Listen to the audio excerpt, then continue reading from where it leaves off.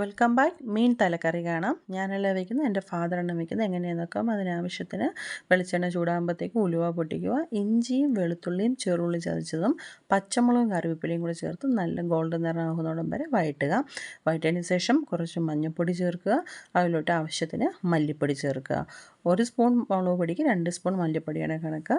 അതിലോട്ട് എരിവിനുള്ള മുളക് പൊടിയും കുറച്ച് ഫിഷ് മസാലയും കൂടി ചേർത്ത് നല്ല വഴറ്റിയെടുക്കുക. നല്ല വഴണ്ട് വരുമ്പോഴത്തേക്കും പച്ചമണം പോകുമ്പോഴത്തേക്കും കളർ ചേഞ്ച് ആകുമ്പോഴത്തേക്കും അതിലോട്ട് കുടംപുളി കുതിരാൻ വെച്ചതും ചേർത്ത് നല്ല വീണ്ടും വഴറ്റുക. എണ്ണ തെളിഞ്ഞ് വരുമ്പോൾ പെപ്പർ പൗഡറും ചേർത്ത് വീണ്ടും നല്ല വഴറ്റിയതിന് ശേഷം തിളച്ച വെള്ളം ഒഴിച്ച് നമ്മൾ നല്ല വെള്ളം പറ്റിക്കാൻ വയ്ക്കുക. അപ്പോഴത്തേക്കും അതിലോട്ട് ഈ പുളിയും ഉപ്പെല്ലാം ഇതായിക്കോളും. അതിലോട്ട് നമ്മൾ കഴുകി റെഡിയാക്കി വെച്ചിരിക്കുന്ന മീൻ കഷ്ണങ്ങളും ചേർത്ത് കറിവേപ്പിലയും ചേർത്ത് സിമ്മിൽ വേവിക്കാൻ വയ്ക്കുക. വെന്ത് വരുമ്പോഴത്തേക്ക് വെളിച്ചെണ്ണ ചേർത്ത് ഇറക്കുകയാണെങ്കിൽ അടിപൊളി സ്വാദിഷ്ടമായ മീൻ കറി റെഡി. വേറൊരു വീഡിയോ കാണാം. Bye bye.